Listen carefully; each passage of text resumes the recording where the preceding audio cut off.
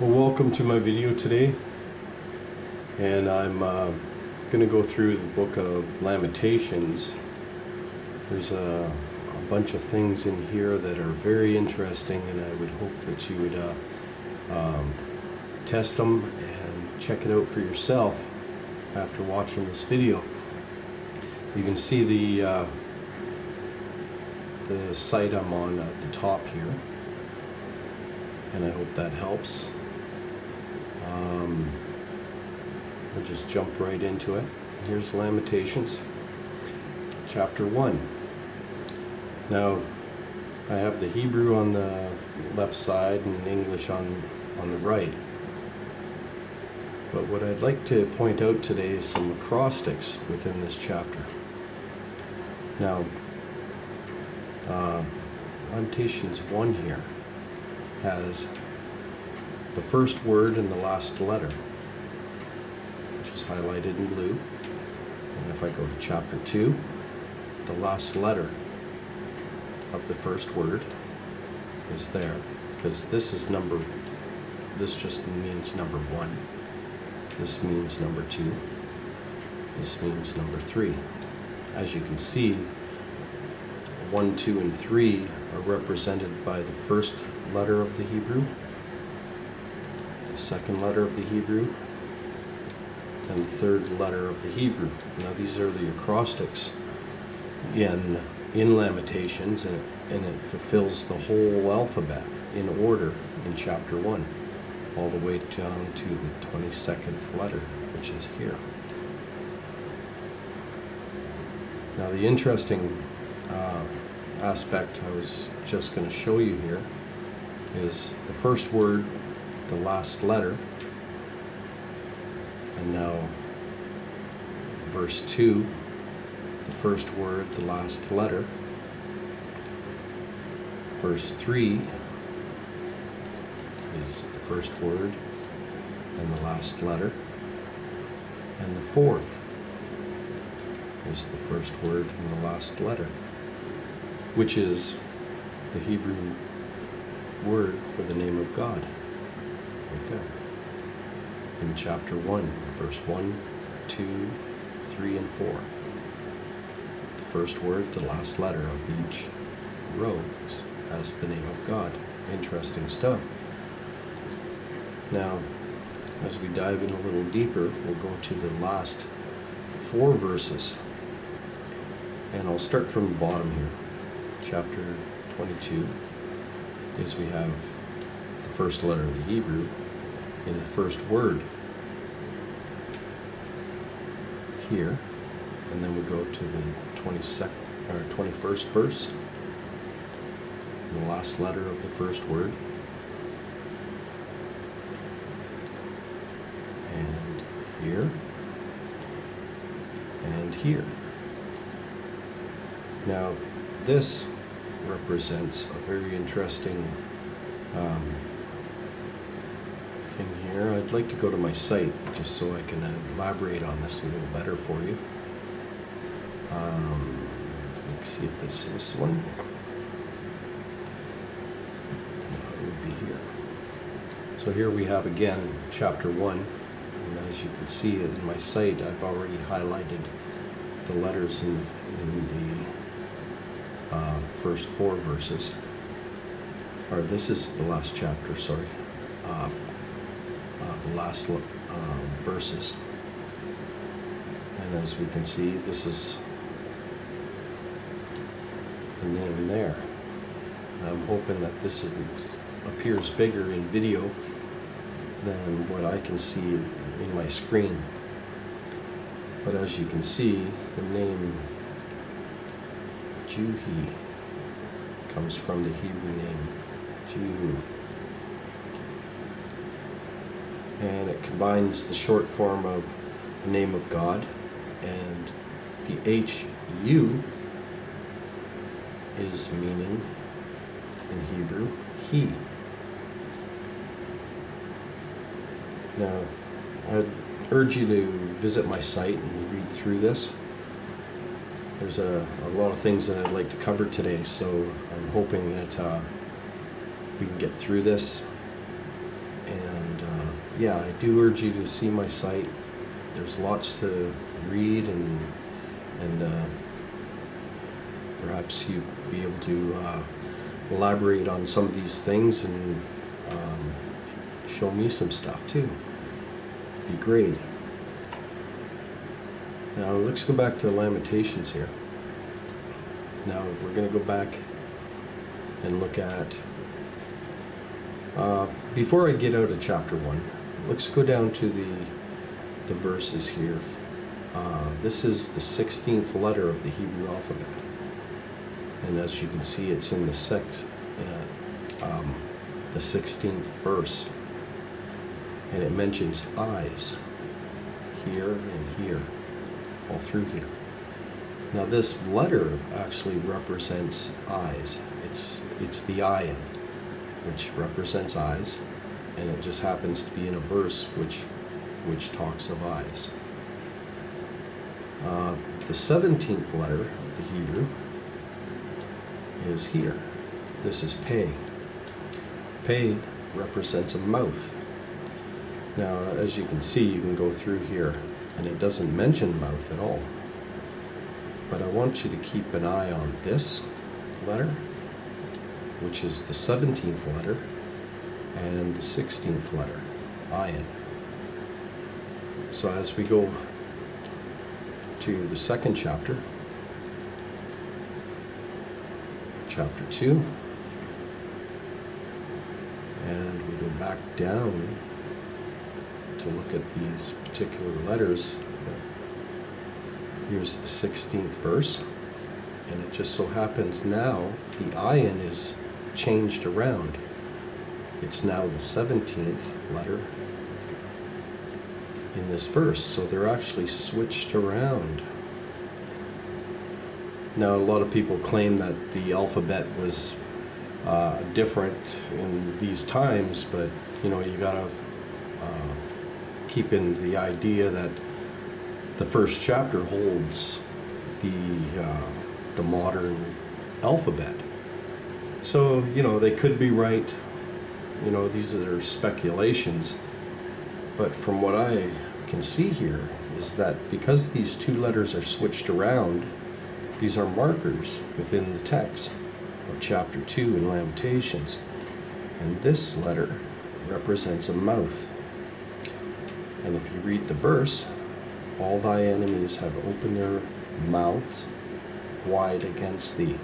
They have hissed, they gash their teeth. They say, we have swallowed her up. Certainly this is the day we look for. We have found, we have seen it. Now it does mention mouth. In this verse, the ayin talks about eyes, which represents eyes, but the verse does not mention eyes. But because these are switched around, it's a very key to something I want to cover today. But not at this moment. Like I said, I do have a lot of things to go through.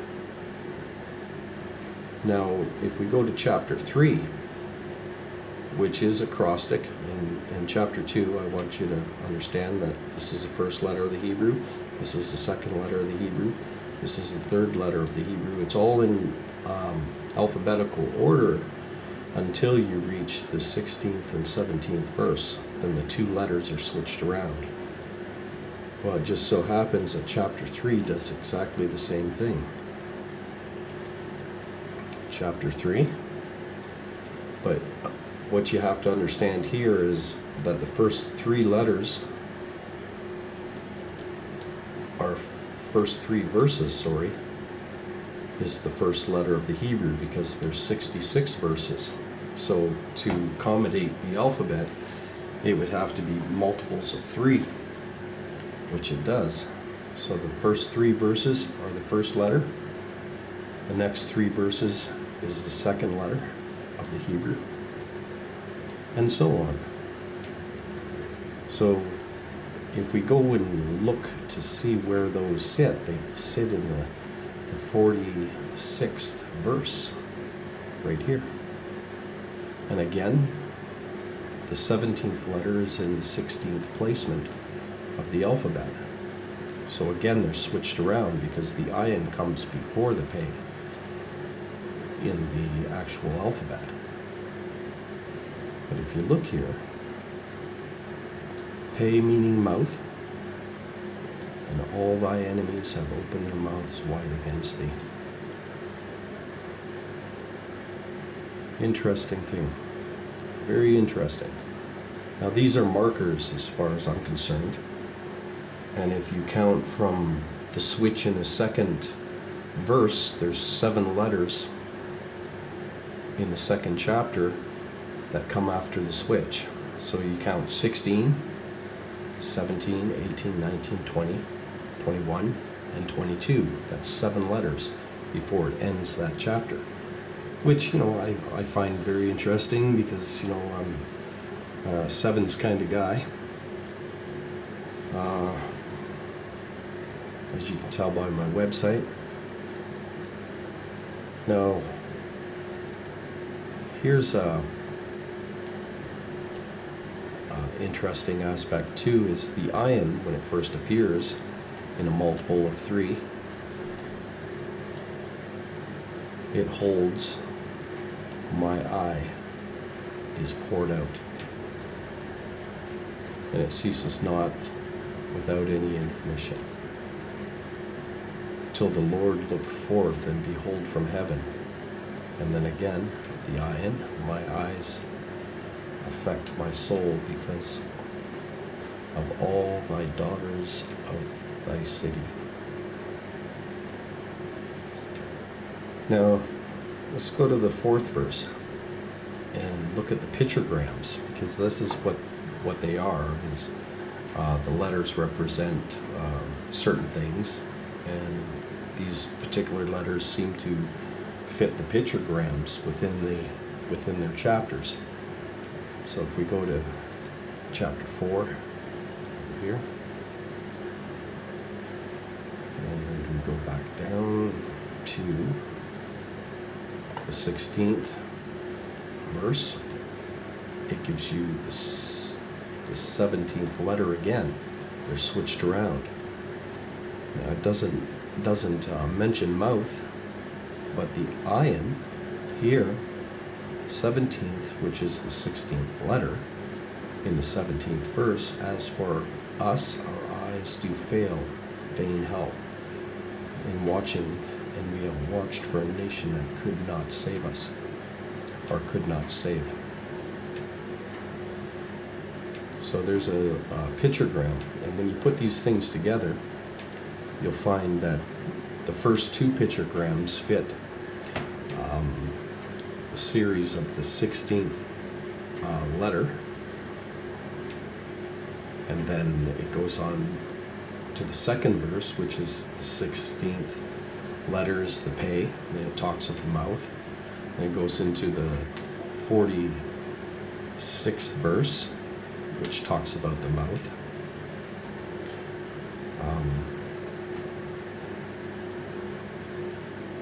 Well, what you find is that there's a sequence there that's mathematically sound, and there's 22 spaces between the 2 changes. Okay, let's go to chapter 5.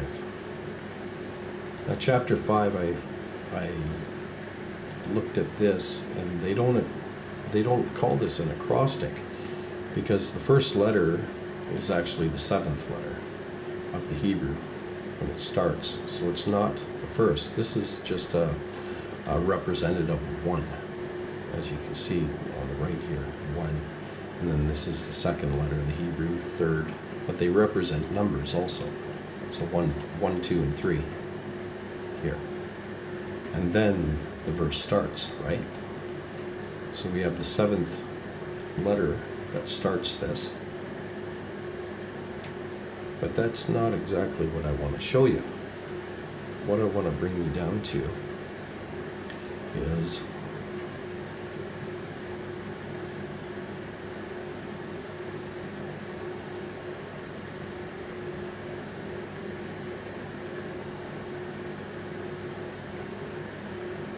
22 letters. Sorry, I'm in the wrong chapter. I was going to mention chapter 3 again.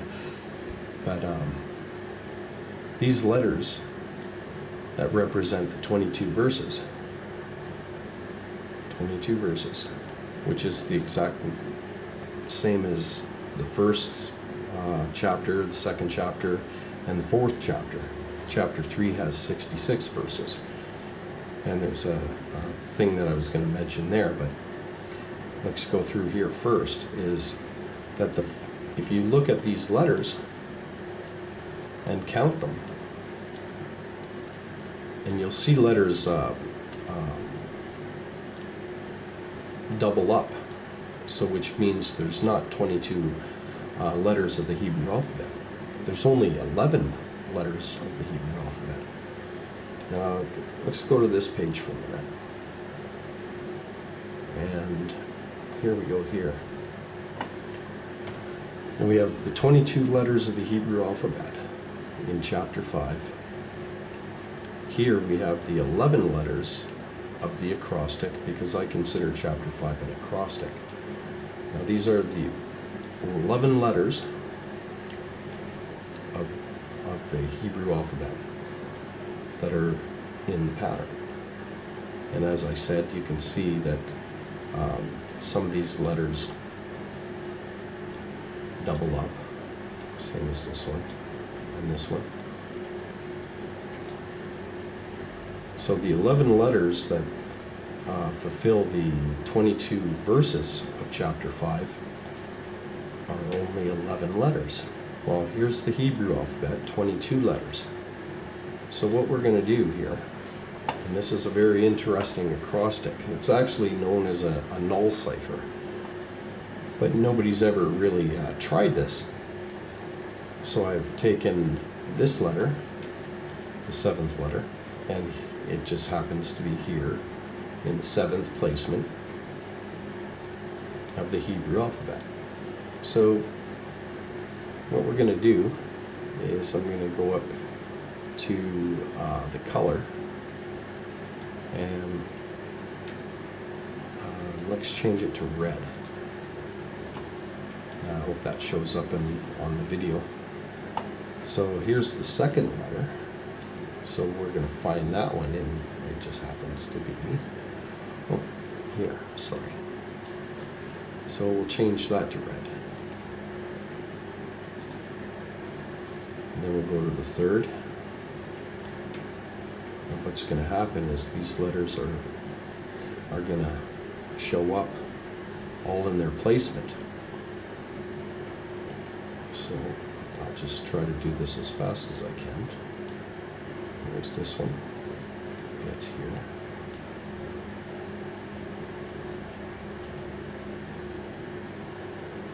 And this one is here.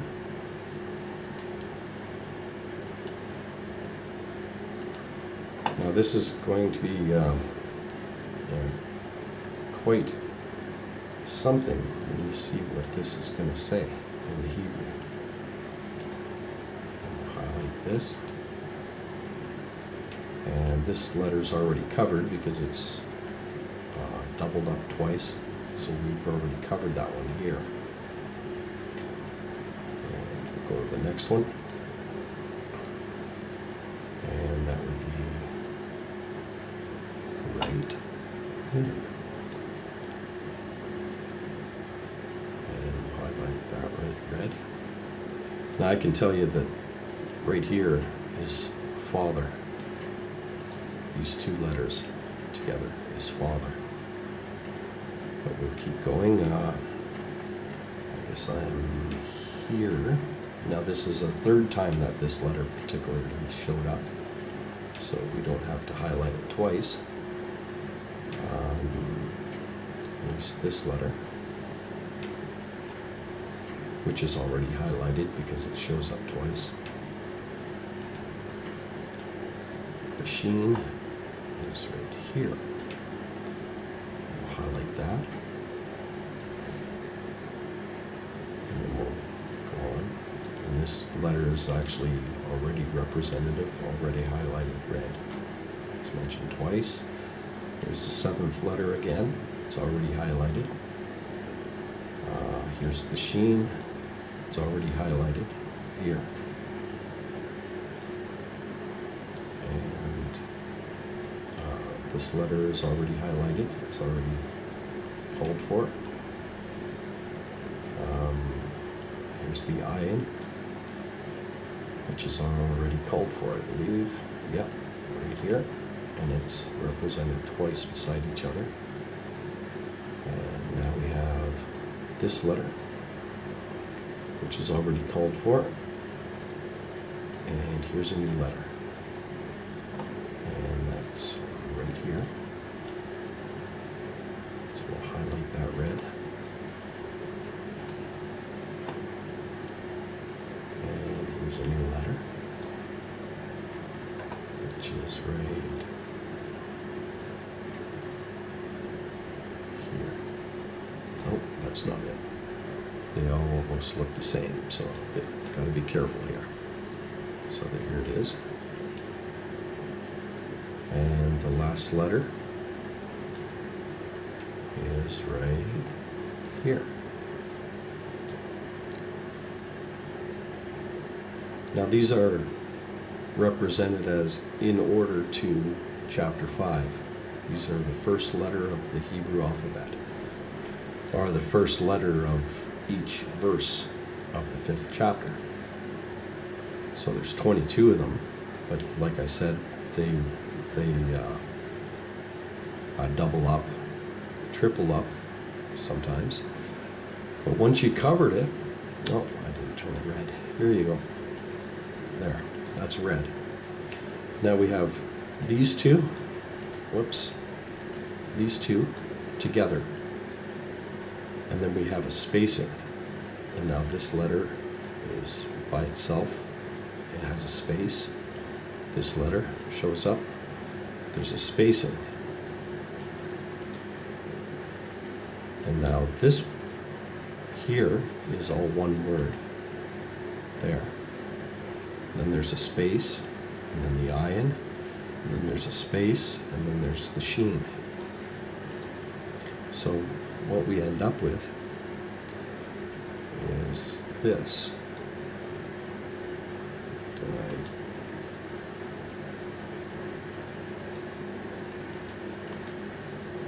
Paste. Now I'm going to make that bigger.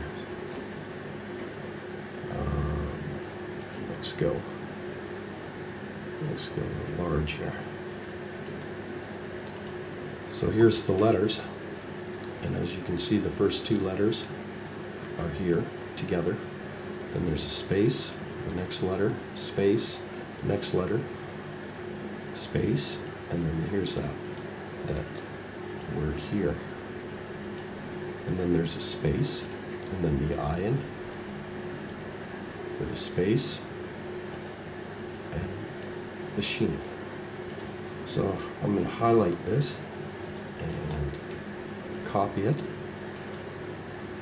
and I'm going to bring you to do it in Hebrew translator. Now I'm hoping that you can see the website here up at the top. I have links in my website that would bring you here, and we're going to paste it in. As you can see, these are the letters, and we're going to translate it. Let's see what it says. Father, I will speak to you.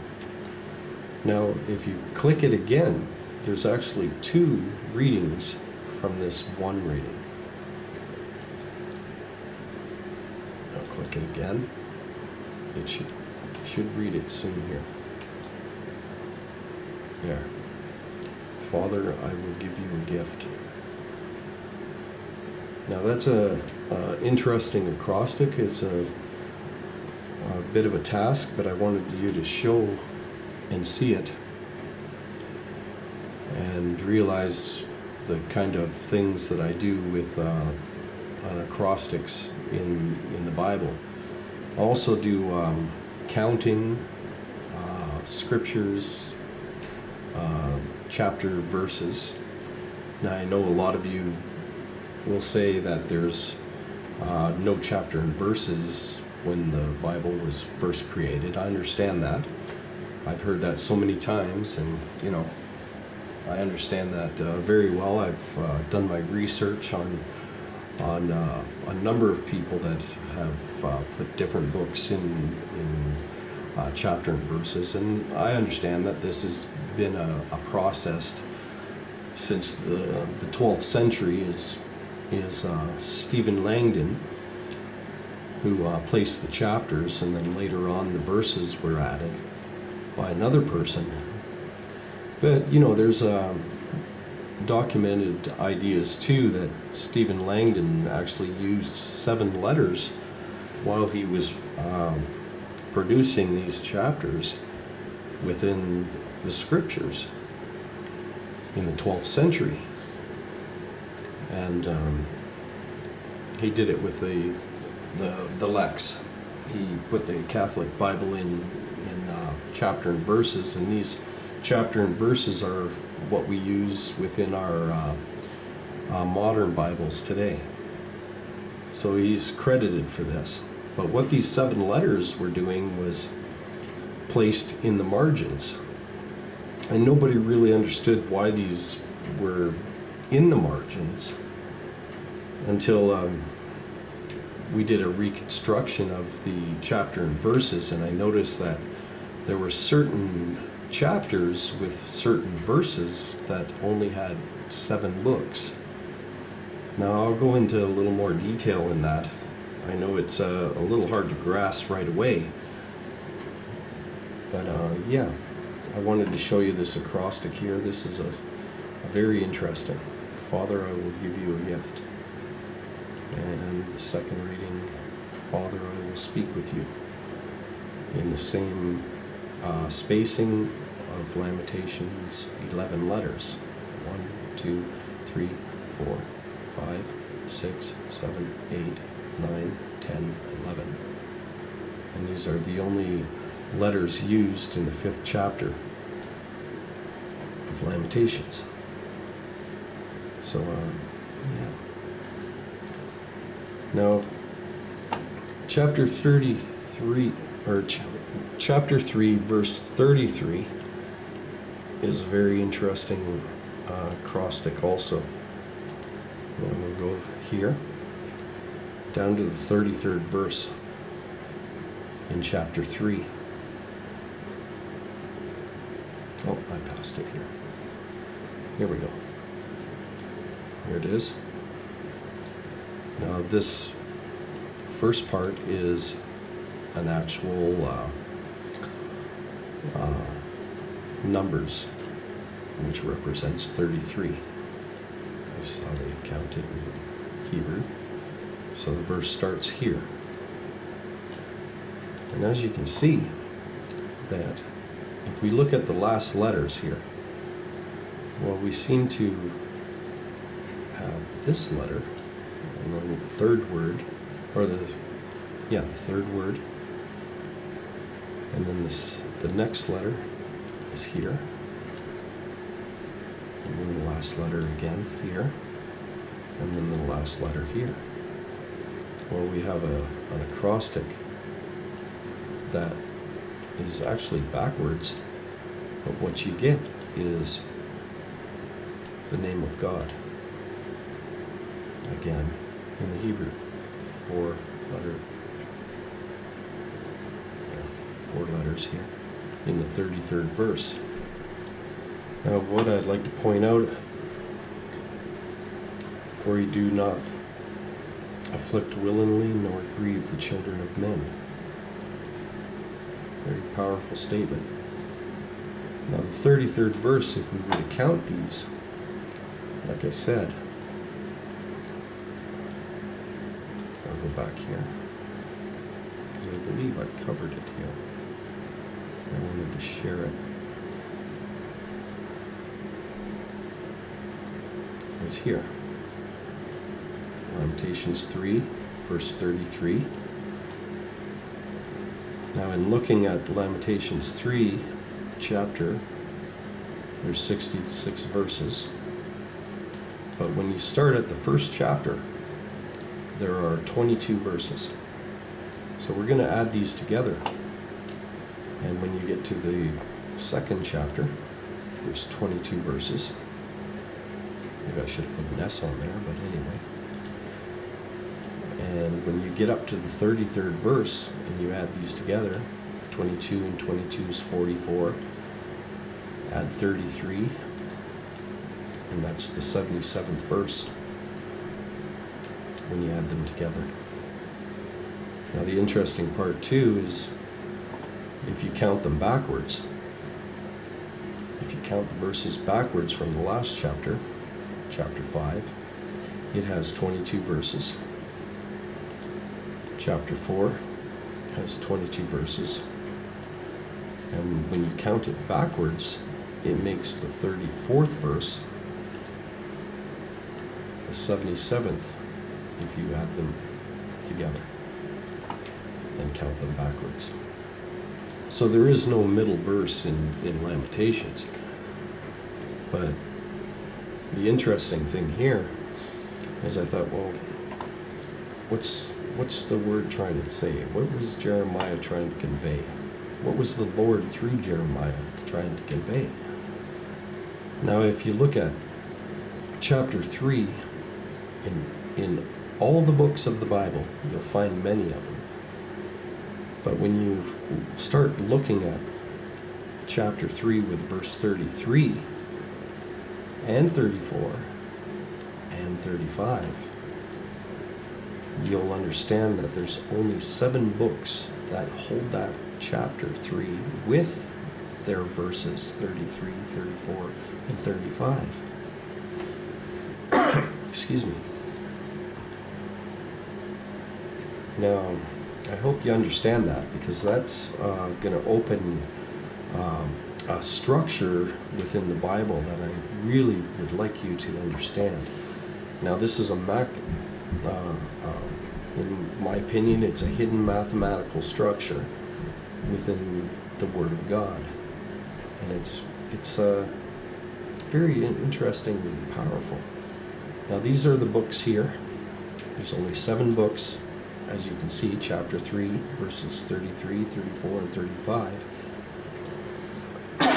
And you can look in any other book and understand that these are the only books that have them particular verses in their chapters, chapter 3.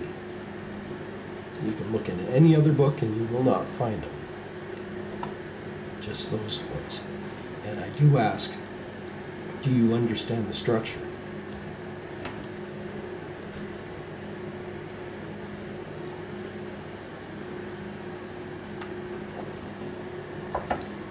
Sorry, I needed a drink there. Now, I could go on with this understanding and try to have you understand this mathematical structure. But you know, if you're open to this idea that if we start at chapter 1 in particular, let's go here. Now, I did start in chapter 1, and I looked for particular verses that only held 7 books only. Now this is chapter 1, verses 37, 38, 39, 40, 41, 42, 43, 44, and 45. And these are the only books out of the 66 books of the Bible that hold chapter 1 with these particular verses. You'll not find, say you look at Isaiah chapter 1 and try to find verse 37. Well, you won't find it. So it's sort of an elimination process until we come down to 7 particular books. Now you could keep this formula and look up chapter 2 and find verse 22, which is very interesting in itself, because there's only 22 books out of the 66 books that have chapter 2 with verse 22. So again, it could be a hidden structure there that you know you would want to look at and perhaps study and take a good look at it, because what happens is it builds a structure.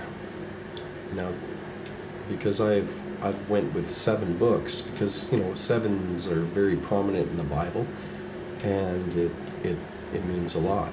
Now here's chapter 3. As you can see, there's no chapter 2. Now the reason for this is because chapter 2 doesn't hold 7 books. Now I have a Bible here that I can do searches. And I'm hoping that you can see this. So again, and these are in alphabetical order, by the way. They don't put them in order to the Bible. I seek these things out, and then I have to reconstruct my rows.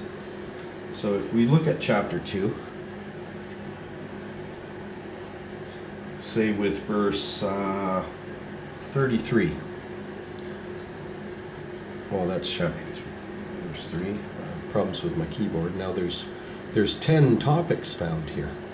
So there's only 10 out of the 66 books that have it.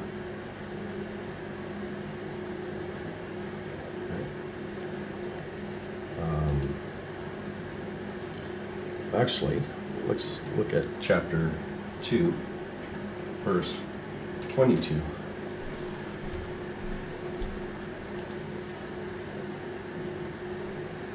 Okay, let's look at verse 2, verse 66. Oops. Well, there's only one. So we went too high, but I can open this, and as you can see, there it is highlighted on the right here. I'll just pull it over that. So that's the only book, Ezra, that has that particular verse in chapter 2, and any chapter. So we'll go back, we'll find again. Let's go to 55. Now there's 2, so we've got to go lower. Let's go 45. There's 6. So we want one more, so let's climb to 46. 46. My keyboard sticks. So 46 only has 6. As you can see, these are the only books that hold chapter 2 with verse 46. There's only 6 topics found. So what we're looking for is 7. So let's go. Now it even drops to 5. So now we're too high. So let's go back to 44. 6 topics found. 43. 6 topics found. 42. 6 topics found. 41. 6 topics found. 40. 6 topics found. So let's go 39. 39. 6 topics found. Let's jump to 37. 8 topics found. So now we're in between these. So let's go 38 to bring it up. 38. Well, 38 verse has 6 books that have that particular chapter with that verse. Only 6 books in the Bible. So what this is telling me, if we go 37, whoops, I gotta go back 37. Well, there's 8 books now. So there is no 7 books in chapter 2. It'll go 8 books, and it'll jump to 6 books. So it does not have 7 books that match any of its verses within chapter 2. So let's go back here. So I went to chapter 3, and these are the 7 books with these particular verses. Again, there's Lamentations, right in the middle. Now, as I gone through these, here's chapter 4, 7 books, and here's the verses. Again, chapter 5, chapter 6 with its verses. I'll scroll a bit. Now you can see chapter 7 doesn't have 7 books. Again, it's like chapter 2. It doesn't hold 7 books. So chapter 8 holds these particular 7 books with their verses. And as you can see, like the verses 37, 38, they do repeat themselves, 37, 38 in chapter 6. In chapter 8, there's 37, 38 verses, the verses there. And so on. So I went through the whole Bible, and I got to chapter 40. And these are the verses in chapter 40 that hold 7 books only. Now, I can go back to there and go into clear chapter 40. You search up at the top.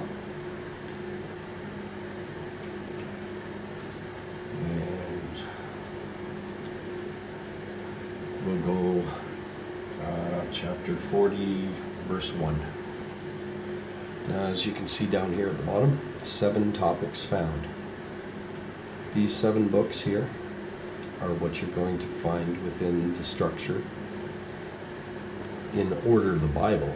These are in alphabetical order. So as you can see, Genesis is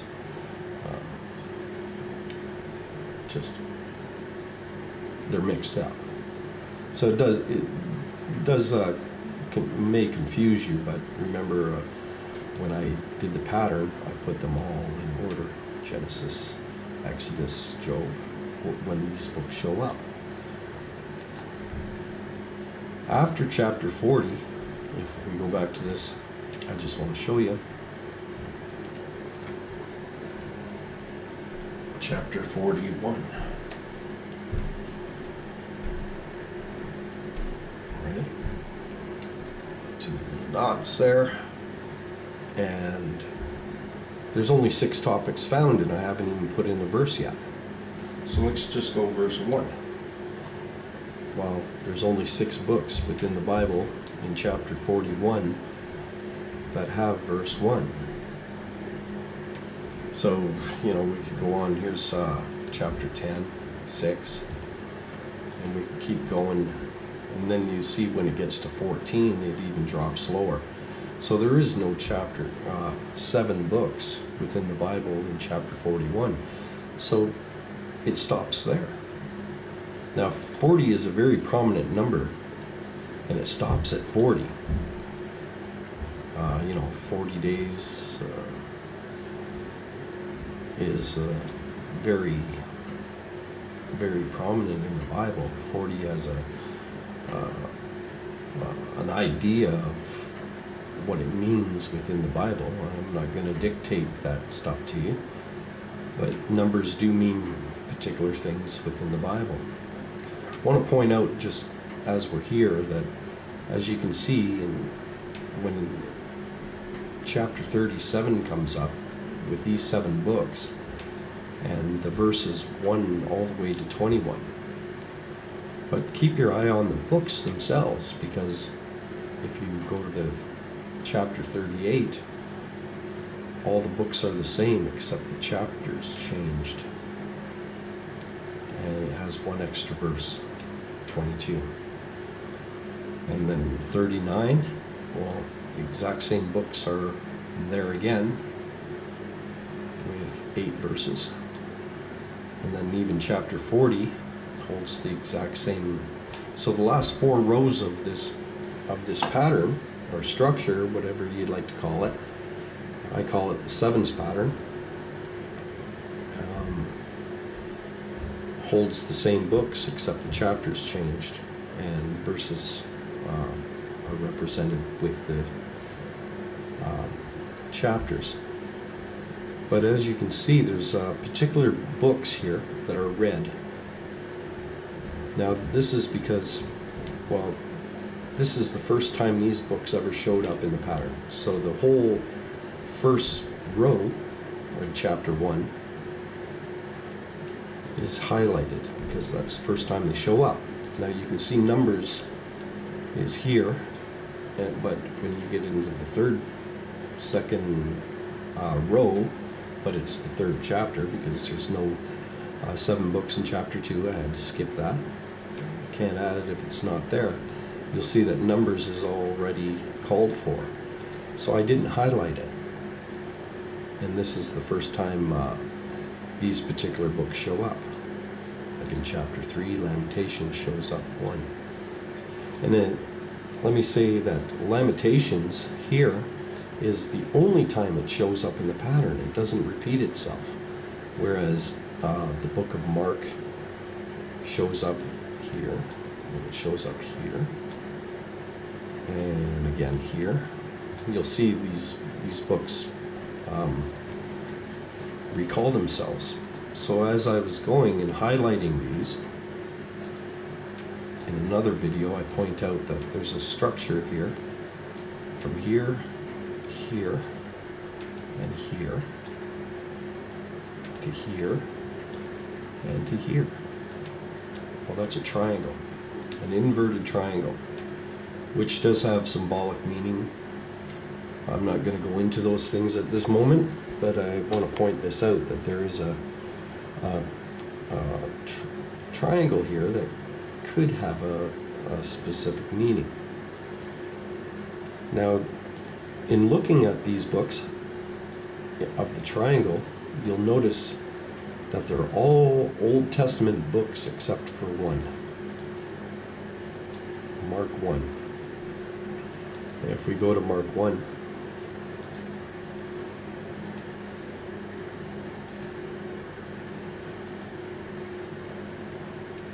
the beginning of the gospel of Jesus Christ, the Son of God. I use the K.J.V. You'll find newer Bibles remove this part of Scripture. The Son of God.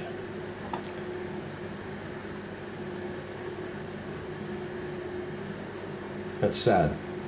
I don't know exactly what they're trying to prove by doing stuff like that, but you know, there's a lot of talk of the Son of God and the Trinity. Some people believe that Jesus is the Son of God, and some believe that Jesus is God. I'm not going to get into that right now, but I do want to point out that, you know, in a lot of cases that Scripture has advanced to the idea where they're removing particular things to get rid of certain doctrines. You know, it could be leading us to a one world religion, who knows. That's some things that I don't want to get into at the moment. I would just want to present my findings, and I hope you do find them interesting enough to actually take a look at these things. Because as we go, you'll see that every time a book shows up, I highlight it red. Now there's 30 of them. 30 books that are made up of this whole pattern. Only 30 books out of the 66 books that represent all. Here's the last two here, Job and Isaiah, when they first show up. So after that, you'll notice that Job shows up in here, and he shows up here. Same with Isaiah. He starts showing up, Isaiah. So I don't have to recount him. But what there is 30 red representatives of the 66 books, 30 books out of the 66 that make up this whole pattern, whole structure. Now before I go into my claims, this is in my website. I would love for you to go in, check it out. I do have some other notes, small notes, that these are the verses between chapter 1 and 40 that don't show up any 7 books within their chapters. So as you can see, chapter 2 doesn't have 7 books, chapter 7 doesn't have 7 books, and so on. So I had to at least do a thorough dissection of this particular structure. There's certain books that have full chapters. 3 books that hold full chapters. 3 books hold but 5 whole chapters. So there's 3 books, but 5 chapters. So Isaiah has chapter 38, 39, every verse. Jeremiah 37 to 40 and 40 have every verse that claims these. Psalms 38 has every verse. It's a Psalm of David to bring to remembrance a prayer of suffering. Now Lamentations is a good idea of the suffering of the destruction of Jerusalem and the temple. Just to keep these things in mind, it's kind of interesting as we go. But here's the strange chances, is that the structure produces these 30 chapter rows. If you go back, there's 10 that are missing. So if you count every chapter row here, 1, 2, 3, 4, 5, 6, 7, 8, 9, 10, and so on, you'll only find that there's only 30 chapter rows with 30 books that make up the whole structure. In 30 rows, or 30 chapter rows with 30 books only out of the 66 books of the Bible. Now, I have to count these out and be able to present this for later on. You'll find that the 30 chapter rows with only 30 books out of the 66 books of the Bible that make up our Bible. Now, here we go with 7 times 30 gives us 210. 7 times 30 rows. So we're looking at chapter rows here. 210. And out of all the verses added together, there's 1,008 of them. If we count them all together within the structure. Now, out of the 30 books, there's 22 Old Testament books. So the 8 books that are left over are New Testament books, which equals 30 books together. 22 are Old Testament, and 8 of them are New Testament. I have here listed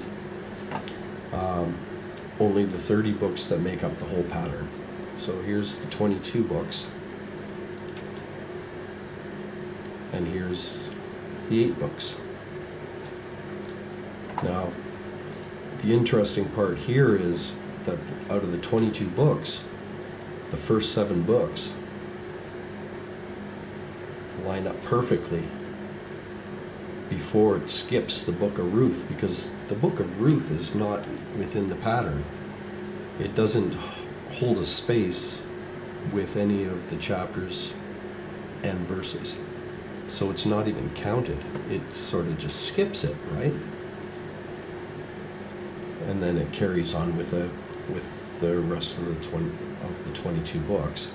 Well, the chapter 8, the New Testament, or not chapter 8, sorry, the 8 books of the New Testament line up perfectly before it skips a book. Now, what we see here is 1 Corinthians is within the chapter, but 2 Corinthians is not in the pattern.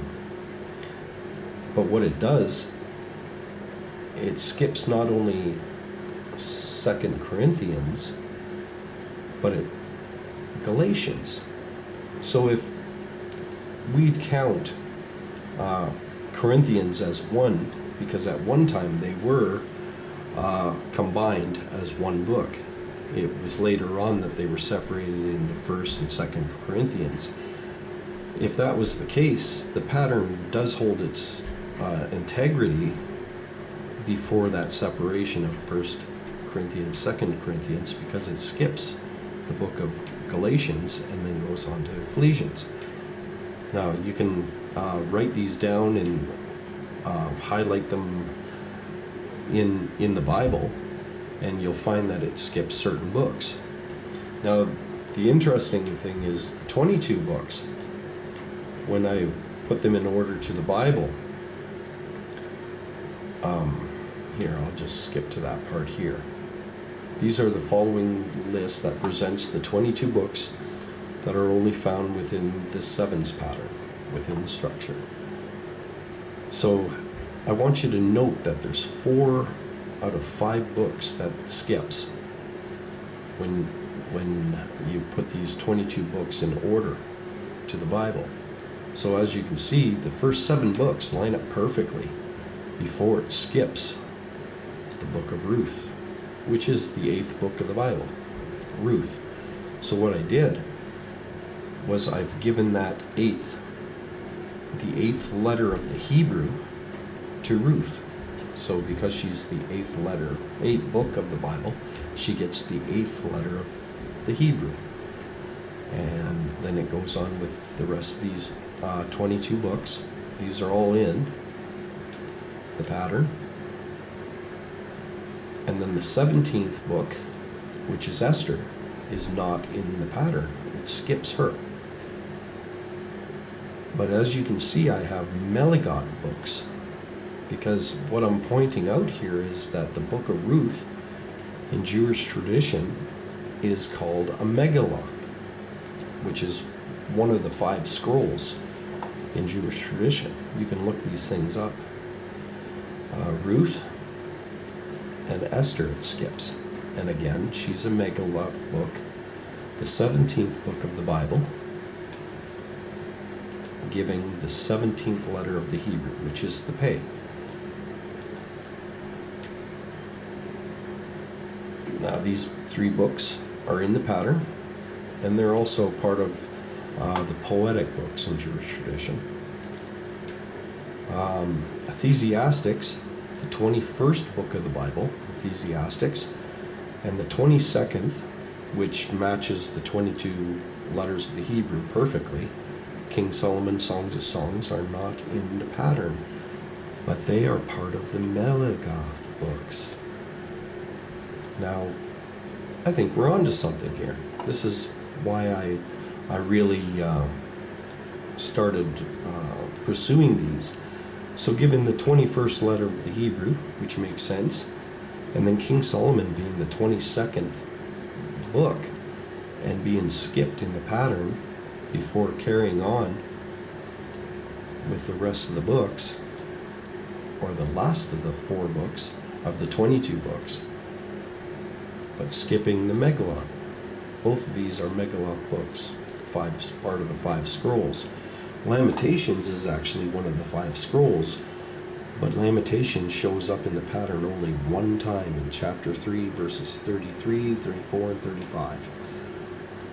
And like again, I'll go over that, is verse 33 is the 77th verse when you look at Lamentations chapter 1, chapter 2, up to the 33rd verse. If you count those verses, it's the 77th verse. And count it backwards, you have the 34th verse, which is again the 77th verse if you count it backwards, add them together. Now, I found it very interesting that it skips 4 of the 5 Megillah books. So giving these letters to their position within within the Bible in order, we end up with common printed editions of Megilloth. If you look at them, they appear according to the order of the festivals on which they are read in synagogues, beginning with Song of Songs, Ruth, and then Lamentations, Ecclesiastics, and Esther. So I end up with 4 letters that I can put in order to the way they are read in the synagogue. Now, Pei, this letter here, will change to this because it's a soffit letter. When it's at the end of a sentence, it changes its form, but it doesn't change its pronunciation. So here again, I'll highlight this, copy, we'll go here, and I'll paste it in, and watch that last letter as it changes.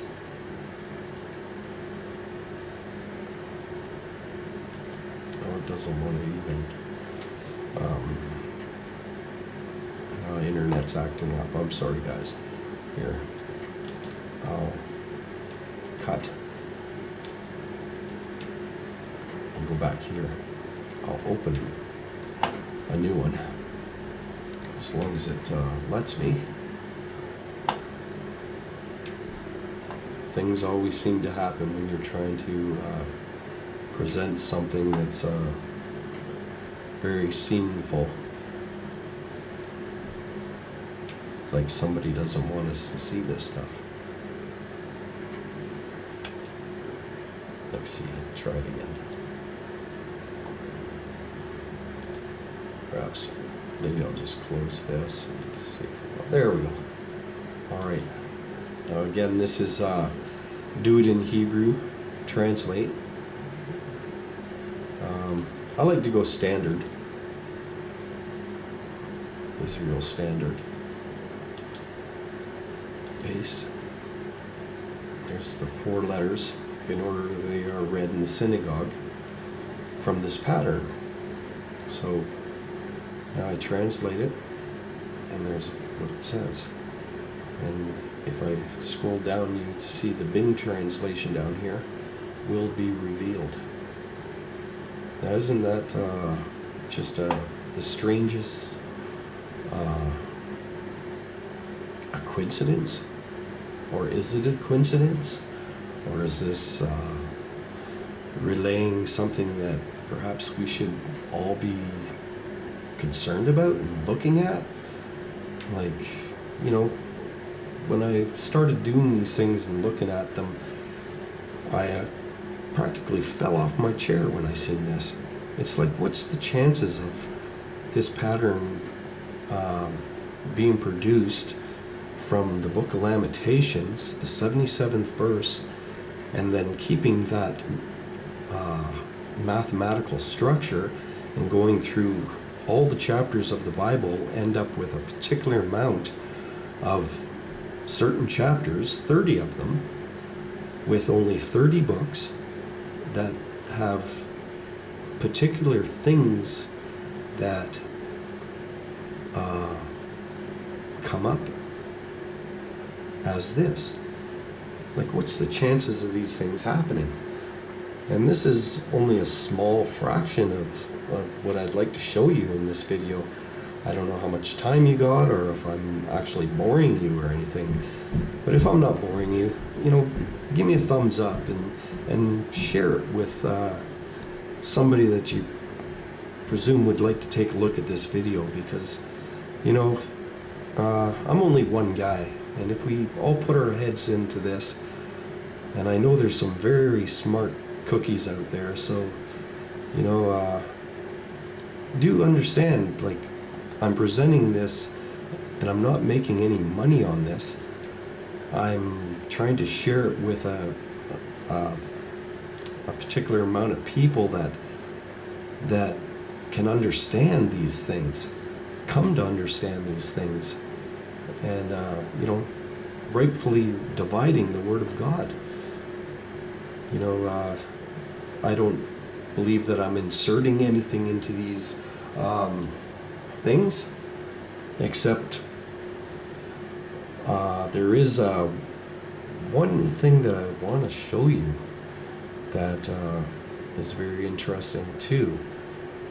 And actually, when I worked in the University of Northern British Columbia, I talked to a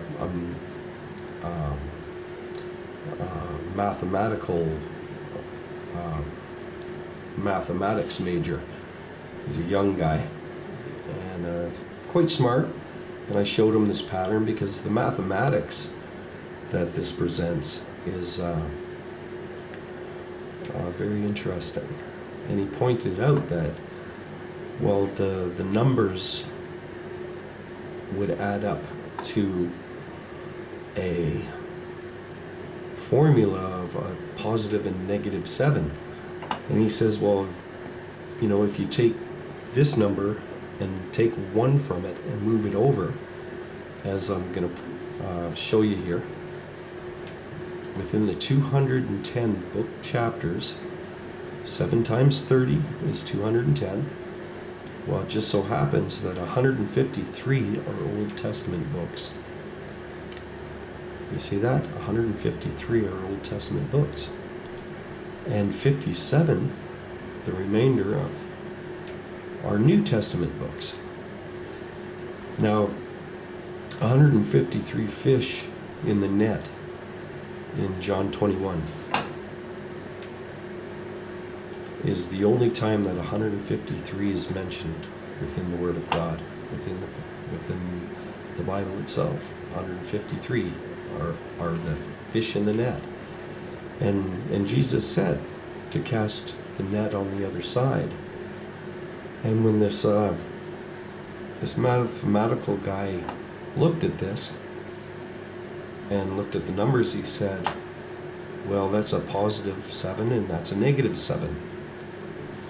From what I did is I divided the 22 Old Testament books of the Old Testament into 153, and it gives you either a positive or negative 7. And the 57 divided by its number of books will give you either a positive or negative 7. You could do the math and see which one it is. But by moving 1 from 157, making it 100,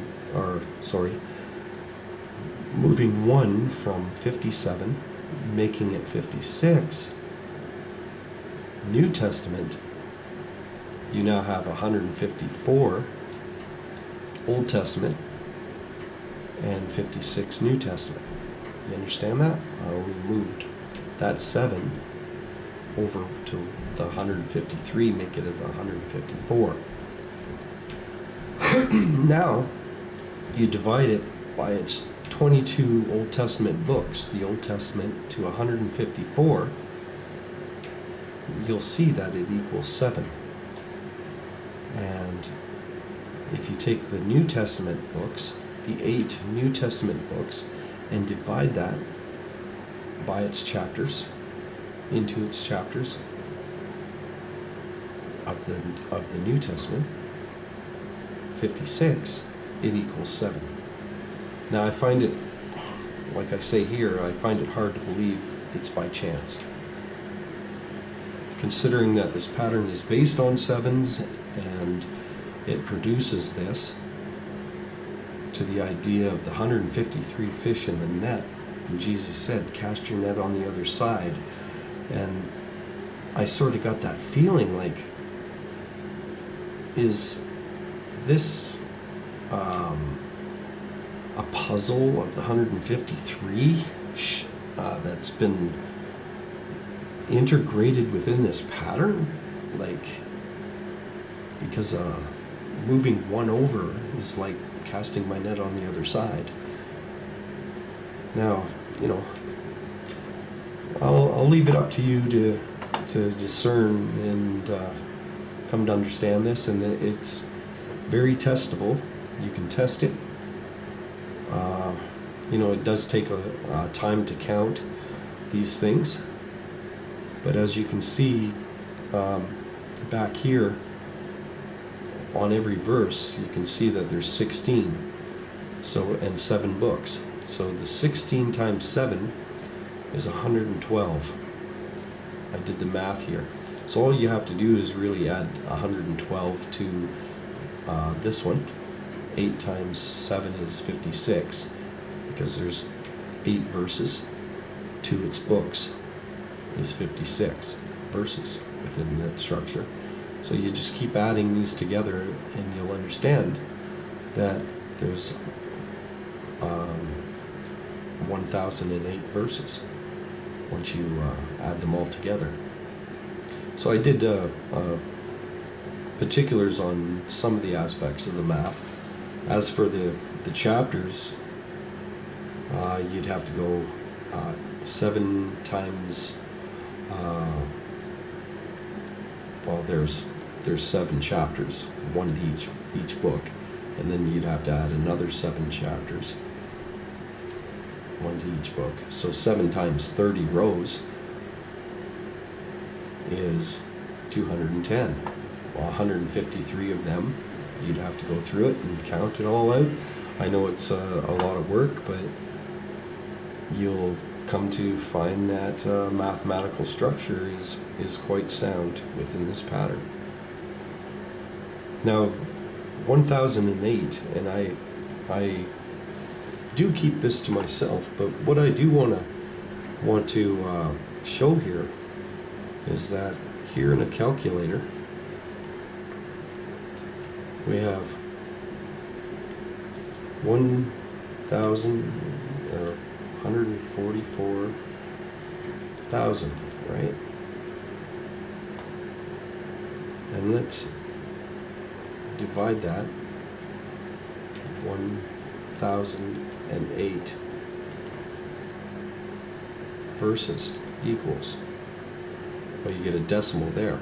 I think I did it wrong. So what I got to do is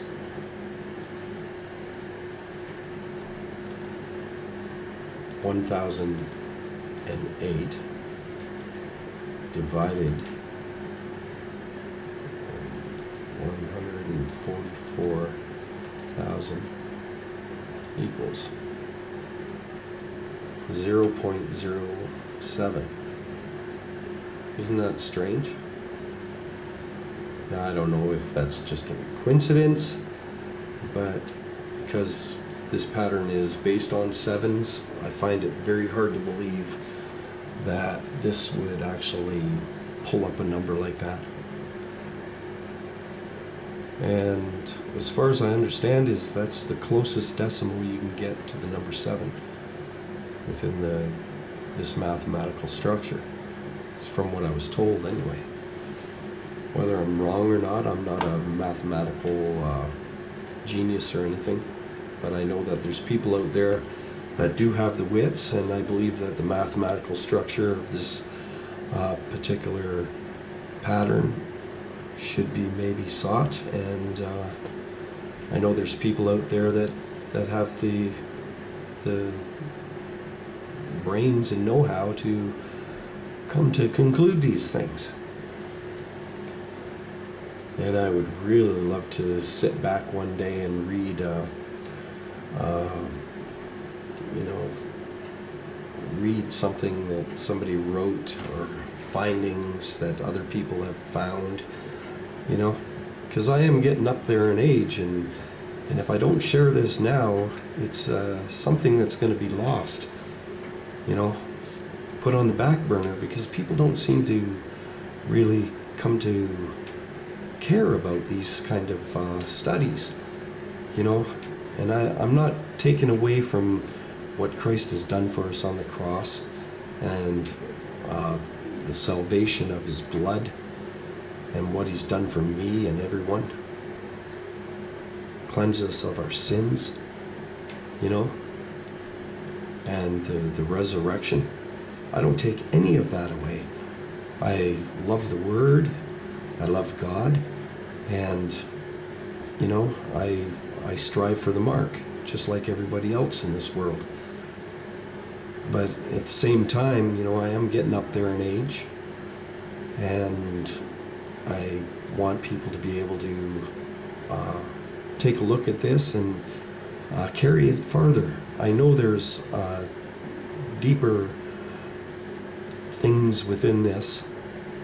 Like, I've read every chapter and verse that's in this pattern to see if there's a correlation to the message of what this pattern is conveying. It's a very interesting read, I'll say that much. But I'm not going to get into changing doctrines or anything like that. All I'm saying is that these things need to be looked at and remembered. And, it's all for the glory of God.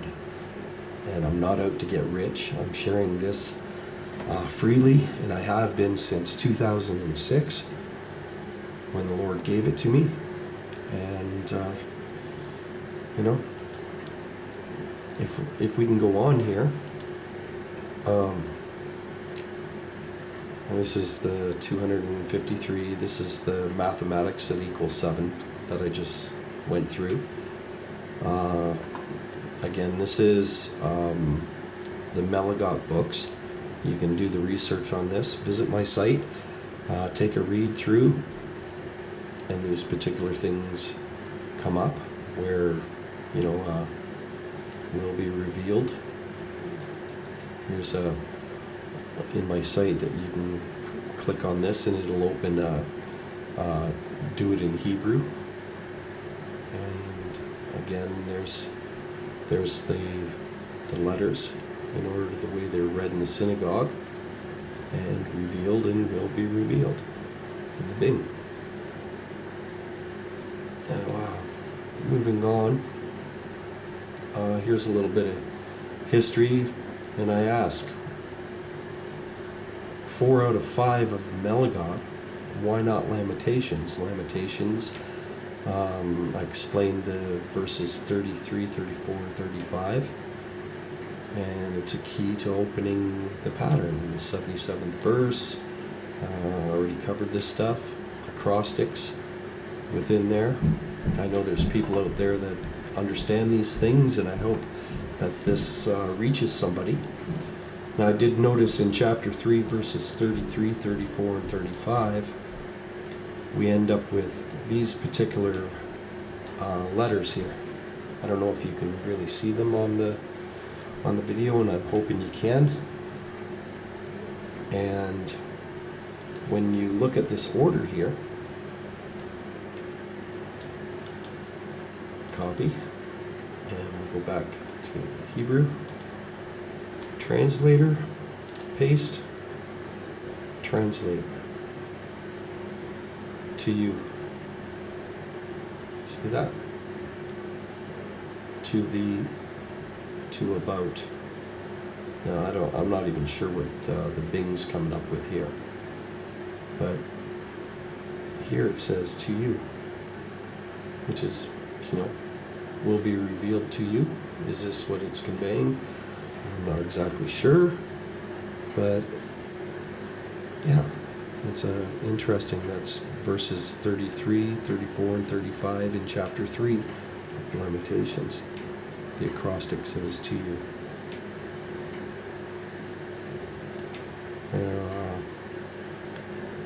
Here's the verses as you read them. For you do not afflict willingly, nor grieve the children of men, to crush under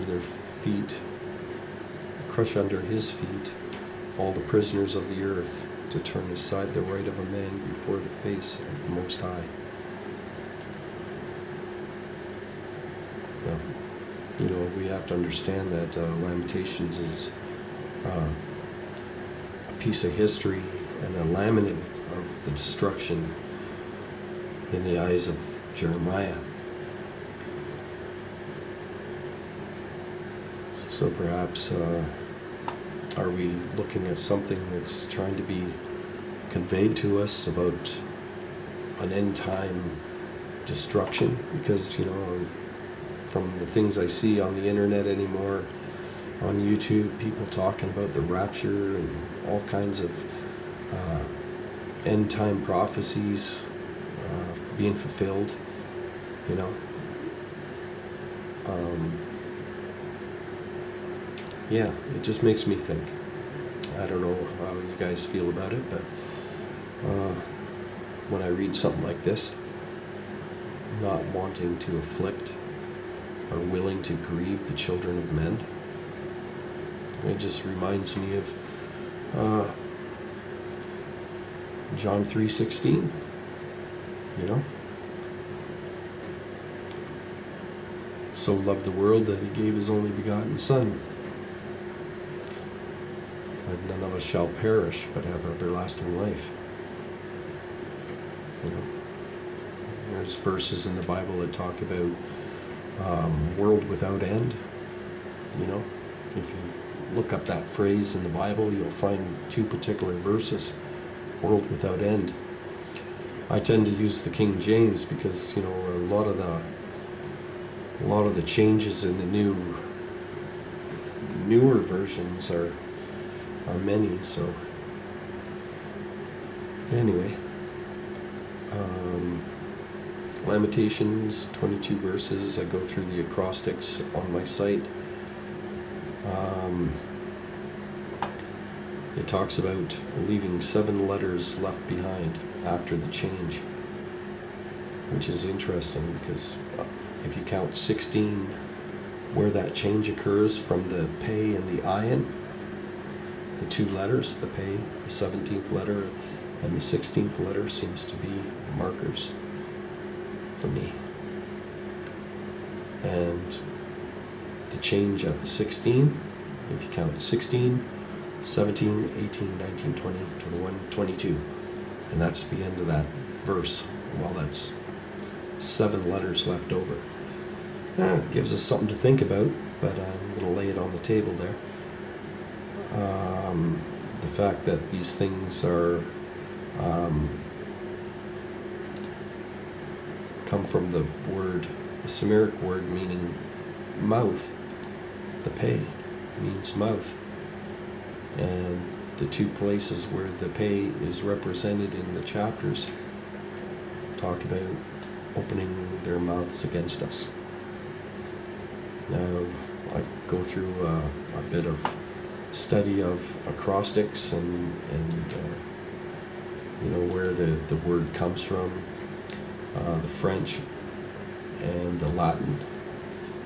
And the neat thing is that if you look at these words that make up the word acrostic, you'll find this is within there. It starts here.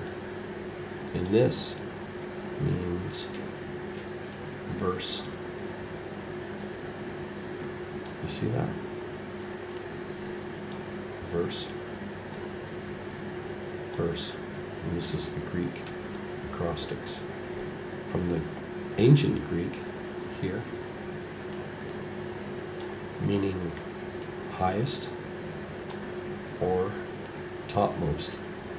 And this from Koine Greek, which is right here, meaning verse. And that's exactly what these things are made up of. So whether or not man had the means and the ability to put this structure within the Bible is one thing, but you know, I had a university professor tell me after he read this, my papers, that I don't believe that there is a man spiritually or mentally able to reproduce a pattern like this does within the Word of God. There's no other book that produces this type of phenomena. It's divine, perhaps. It's all in the eye of the beholder, I suppose. But even the scholars would look at this and shake their head and say, no, this can't be. But the point that I'm put in over 20 years of work into studying these things. Well, this coming year, 2006, would be 20 years.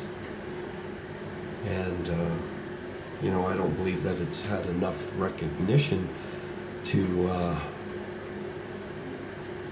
be confirmed by anyone. And that does grieve me in my heart, definitely. It makes me wonder sometimes if all my studies were in vain for all these years. But I believe that the Lord's given me a gift, and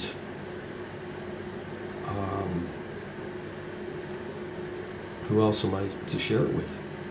With other brothers and sisters out there that really want to come to understand these things.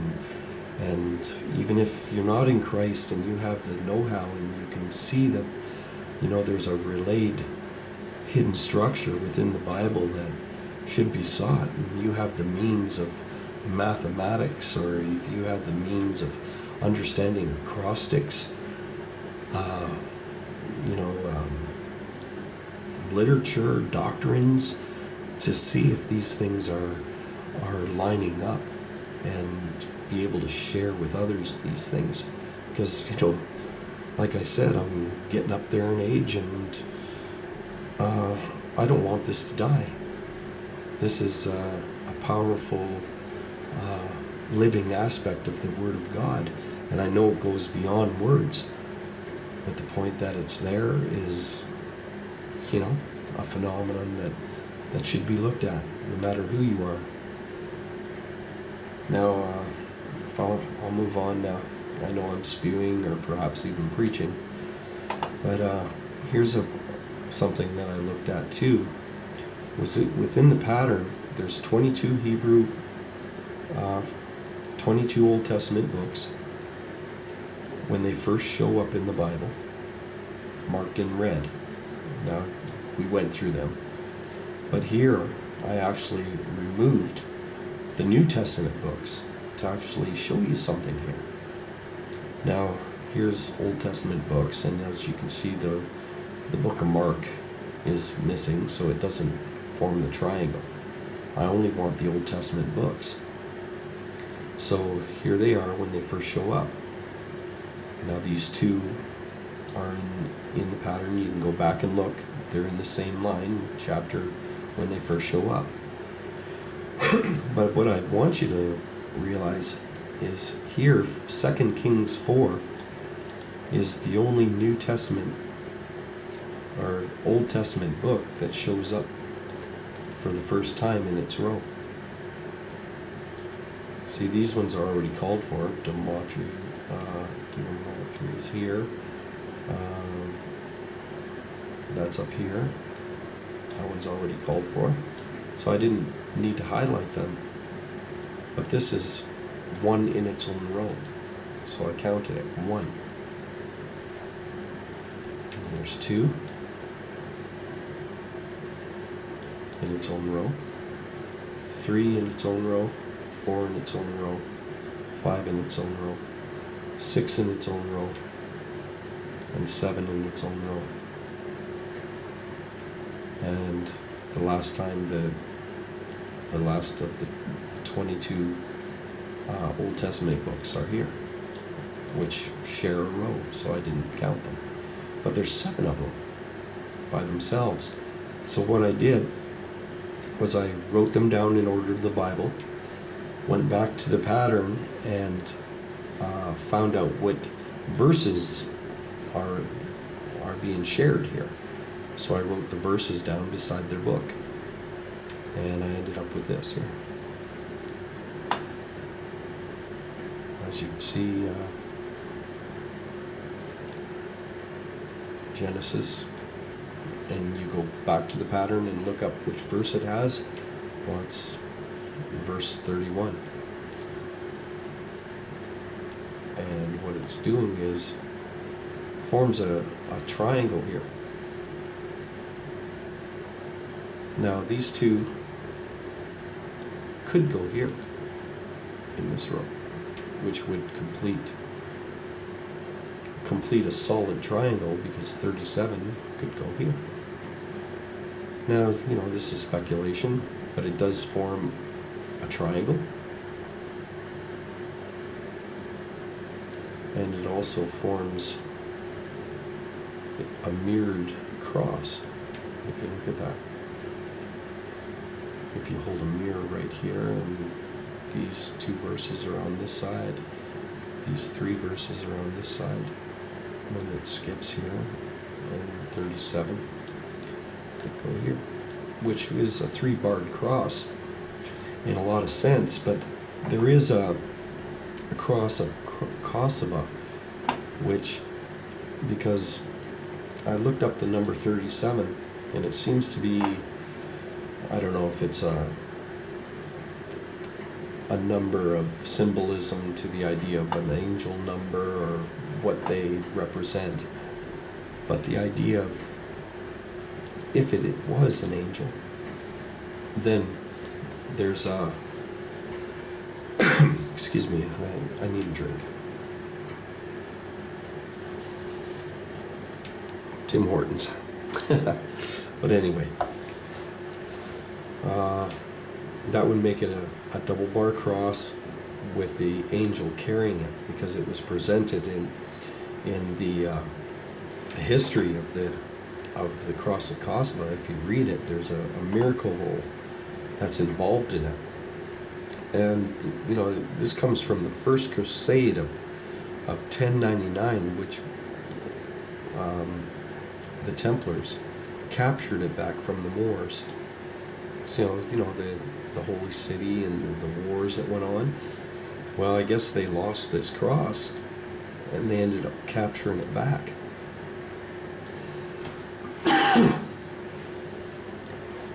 Where did they get this cross? Was it found part of the knight's treasures and Solomon's temple, or what? But then again, there's people out there that know these things and perhaps could elaborate, and I would love to hear what they have to say. If you have a comment, please do leave a comment. I would love to hear what you have to say, good or bad. If you think I'm just off my rocker and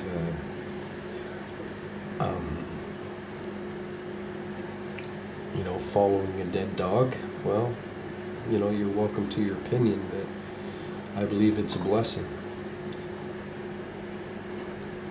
Now, if I move on here, it says within the sevens pattern, 11 rows of 7. Now, what I'm conveying here is that there's particular rows in the pattern. Now, here they are, 7 books, but in this here I'm presenting the ones that only have 1 verse. Chapter 5, verse 33. Hold these 7 books. 1 times 7, 7. And there's 11 of them within this pattern, within the structure. You can go back and count them yourself. And the weird thing is that within this, it only has 7 New Testament books. As you can see, they do repeat themselves, like there's Acts here and there's Acts here. But as I say, I don't have to recount these, but what it shows is that there's only 7 books within these 11 rows of 7 of the New Testament books only that make up this structure. So it's a structure within a structure. It's pretty amazing that it's there. That the Bible holds 7 books with 1 verse only within the 66 books of the Bible. There's only 11 rows of 7 books that have 1 verse to each row, each chapter row, 11 of them. 77 verses, 77 books, with only 7 New Testament books. Like, what's the chances of these things happening? You know, you could go back and look at the pattern yourself and dissect it, but as you can see, I'm pointing this out, so perhaps you'd like to take a look at it and see what it is. You know, here's an aspect of Stephen Langdon. You know, there's no proof of this pattern ever being formed in this kind of history, at all.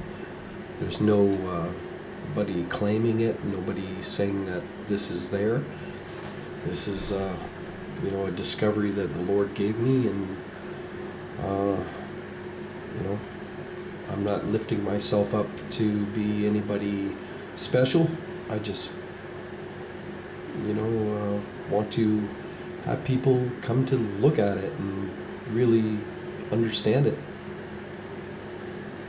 Now, here's the notes show that he was worked in the University of Paris between different dates. And, you know, sometimes the things that I read, I don't really agree with a lot of these dates because, well, things seem to intertwine, and it's confusing in that aspect. But it's his system, which is the one that we use in our modern Bibles today. So, you know, you could look at the newer Bibles of the 66 books, excluding the Apocrypha, of course, the 66 books, and I'm a King James guy. Hope you don't hold that against me, but that's what I prefer. And, you know, the subdivisions that he subdivided them into 7 portions, the chapters marked in the margins with 7 letters right here in the margin. You're welcome to do your own research and take a look, and you'll find this information out there, which is an interesting aspect. So was he perhaps working with others in the idea of mathematically structuring the Word of God? You know, that's something that should maybe be studied. I believe that there's scholars and theologians out there that have these understandings already, and yeah, you know, so there's some history notes there, lots to consider. Here's his contemporary. He did commentaries on the Book of Baruch, and as you can see here, that when you study Langdon, he also did commentaries on the Book of Lamentations, connected to a broader interest in the Book of Jeremiah. I find Jeremiah 36 very interesting, because it made me wonder if Jeremiah 36 perhaps would have been the Book of Lamentations being burned in the fire and rewrote, because the way it's worded gave me the impression that there was 4 chapters that he wrote, and when it was rewritten, that he added to it. So, you know, that made me speculate on perhaps Jeremiah is talking about Lamentations here. Well, you know, I've talked to other people, and very smart in their ways, and they do not believe that Jeremiah 36 is talking or conveying Lamentations to the king that burnt it in the fire. You can read Jeremiah 36 yourself, and, you know, maybe get back to me, and yeah, like I said, I'd love to hear anything that you guys have to say. You know, keep it respectful, and yeah, I'll take it with the good and bad, you know. Acrostic ciphers I cover in my pattern. on my website. Like I said, I'll post the website so you can just click on it at the bottom of the video. And God bless and be safe. As you can see, I'm Lloyd Carl Elsie. There's other studies here, studies in the Lamentation Scroll, and I did take a look at the pattern to the idea of taking the alphabet and putting it in different aspects to the pattern, how it fit. Because what I find is if you look at those basings of Lamentations 3, that change happens at the 46th verse. The pay and the ayin. Well, it's funny that when you look at the verses of the pattern, it goes from 1 to 45 only. Like numbers do repeat themselves, but you can count from 1 to 45. And it just so happens that Lamentations 3, the switch happens at 46. So the alphabet will actually fit from the second chapter, verse 16, where that switch happens in the chapter 2, into the third chapter up to the 45th verse, and it'll give you 22 letters of the Hebrew alphabet, all in order. All the letters, actually, of the Hebrew alphabet from those two switches. So what I did was I applied the letters to the numbers, and I took the verses of the pattern, moved it to the right hand of the margin, because Hebrew is read from right to left, and it only made sense to me. And then I ended up with 22 lines of numbers from top to bottom and from bottom to top. And I did a lot of translating, and you're welcome to take a look at the translations that I've come, and I've only translated the Hebrew, and whatever Do It in Hebrew translate the site that I showed earlier here would say. I would highlight this, copy it, and paste.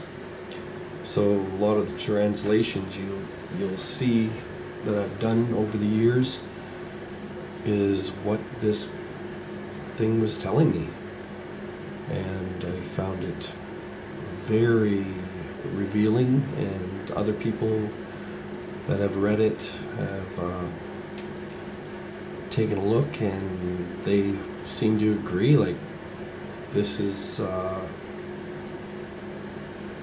beyond this world.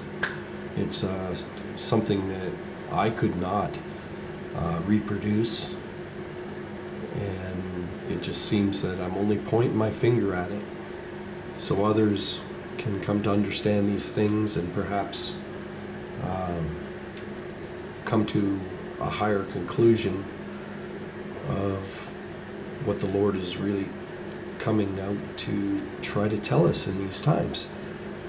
If it's an end time message and it is given in these days, then maybe we should be concerned and take a look at these things.